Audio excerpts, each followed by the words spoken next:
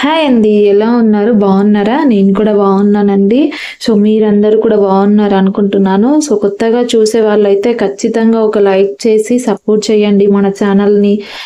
తప్పకుండా లైక్ చేస్తారని ఎక్స్పెక్ట్ చేస్తున్నారు. మీరు ఇచ్చే ఒక లైక్ వల్ల మన ఛానల్కి బూస్టప్ అవుతుంది. అలాగే సబ్స్క్రైబ్ కూడా చేసుకోండి. ఓకేనా ఫ్రెండ్స్? సో మా తిరుపతి ప్రయాణానికి అన్ని సిద్ధం చేసుకుంటున్నా నేనైతే.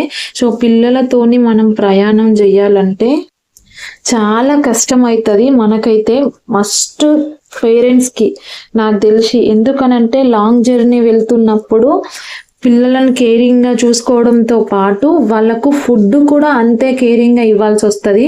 బయట ఫుడ్ ఇవ్వలేము.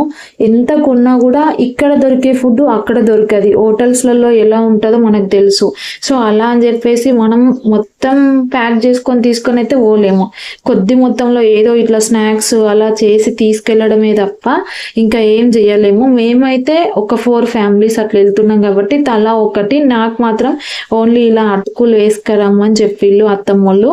సో నేను స్టార్ట్ చేసినప్పటి నుంచి మా కన్నయ్య మాత్రం ఫుల్ తినడమే స్టార్ట్ చేసిండు. ఉట్టియే అవిట్లను ఏదో ఒకటి టచ్ చేయడమా ముట్టడమా. ఇంకా అసలు అంటారు కదా, మనం లాంగ్ జర్నీ వెళ్ళినప్పుడు ఏదైనా తీసుకుపోతే ఇంకా ఏం ఎంగిల్ చేయొద్దు ముట్టొద్దు అని చెప్పేసి అంటారు.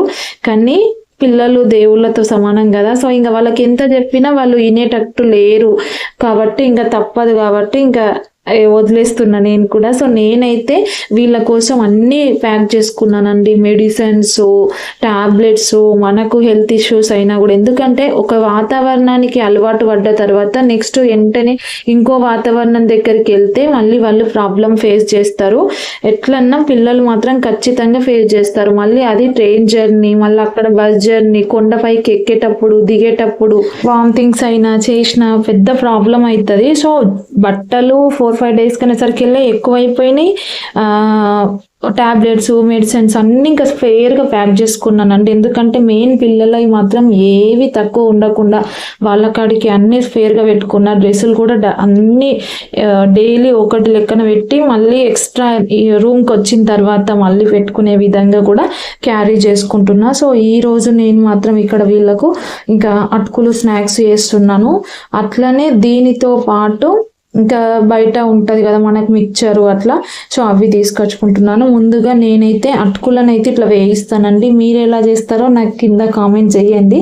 నాకు పెద్దగా వంటలు రావు, వచ్చిన కాడికి నేను చేసి చూపిస్తున్నా. కానీ కుకింగ్ చేయడం అయితే చాలా ఇంట్రెస్ట్. అంటే ఇట్లా ఏదైనా కానీ ఇష్టంగా చేస్తా. అయ్యో ఏదో బద్ధకంగా ఇప్పుడు నేను ఎందుకు చేయాలా అనేది కాకుండా ఇష్టంగా చేయడానికి ఇష్టపడతా. సో ఇక్కడ వచ్చేసి నేను ఆయిల్ తీసుకున్నాను.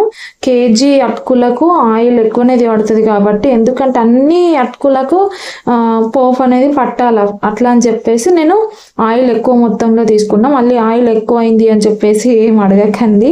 సో ఆయిల్లో ముందుగా నేను ఆవాలు, జీలకర్ర, పచ్చిమిర్చి వేసి కొంచెం వేగిన తర్వాత అంటే మనకు సరిపడా మన ఫ్యామిలీకే కాబట్టి పల్లీలు కానీ పుట్నాలు కానీ ఈ అటుకులలో ఎక్కువగా ఉంటేనే మనకు కూడా కొంచెం తిన్న టేస్ట్ ఉంటే, అలాగే ఇవన్నీ పిల్లలకు కూడా హెల్తీ కాబట్టి. సో జర్నీలో ఈ వర్షాకాలము ఖచ్చితంగా వీళ్ళకు ఇబ్బంది. ఇవేం తిన్నా కూడా ఇన్ కేస్ మోషన్స్ అయినా ఏమన్నా ప్రాబ్లం అవుతుంది అని చెప్పేసి కూడా. సో వాటికి కూడా సరిపడే విధంగా నేను అదే పెట్టేసుకున్నాను. అలాగే కరివేపాకు కూడా యాడ్ చేశాను.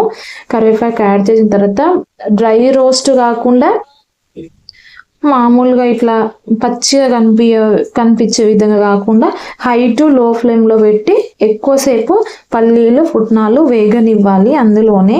సో దీంట్లో పసుపు అనేది కూడా ఎక్కువనే వేసుకోవాలి. ఎందుకంటే మామూలుగా మనం కర్రీస్లలో కొద్ది మొత్తంలో కొంచెం కొంచెం యాడ్ చేసుకుంటాం. కానీ ఇక్కడ ఏంటంటే ఇక్కడ మనం అటుకులు ఎక్కువ మోతాదులో ఉంటాయి కాబట్టి వాటన్నిటికీ ఎల్లో కలర్ రావాలి.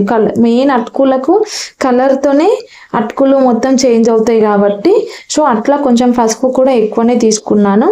నేనైతే మొత్తం ఇట్లా కింద పేపర్స్ వేసి హ్యాండ్కి ఒక కవర్ వేసుకొని వేడి మీద కలిపితేనే ఆయిల్తోని మొత్తం అటుకులకు పట్టేస్తుంది. అలాగే ముందుగానే మనం ఆయిల్ వేయించినాం కదా, వేయించిన దానికి ఈ వేడి తగిలితే ఇంకా క్రంచీగా ఉంటాయి అన్నట్టు.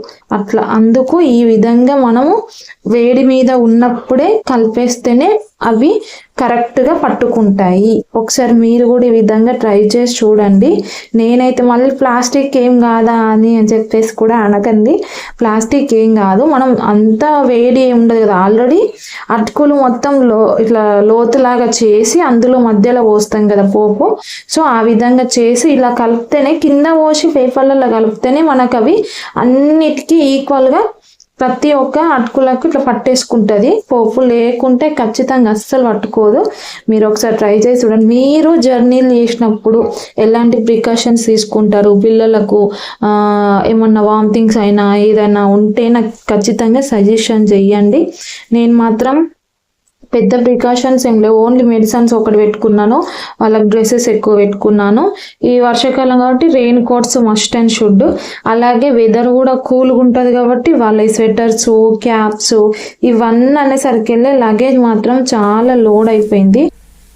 మన లగేజ్ అన్నా తగ్గించుకోవచ్చు కానీ పిల్లల లగేజ్ అయితే తగ్గించడానికి లేదు. కానీ మన లేడీస్ది కూడా ఎక్కడ తగ్గిస్తామండి, మనది కూడా తగ్గించడానికి ఉండదు. నేనైతే కుచ్చి పెట్టుకుంటున్నా. ఆల్రెడీ పక్కన ఉన్న బ్యాగు నిండింది, ఇది నిండింది. అసలు ఇవన్నీ ఎట్లా క్యారీ చేస్తామో ఏమో. మళ్ళీ ఫుడ్కి ఒక సపరేట్ ఒక బ్యాగ్ అయిపోయింది. ఇవన్నీ అనేసరికి వెళ్ళి లగేజ్ కూడా చాలా అయిపోయింది.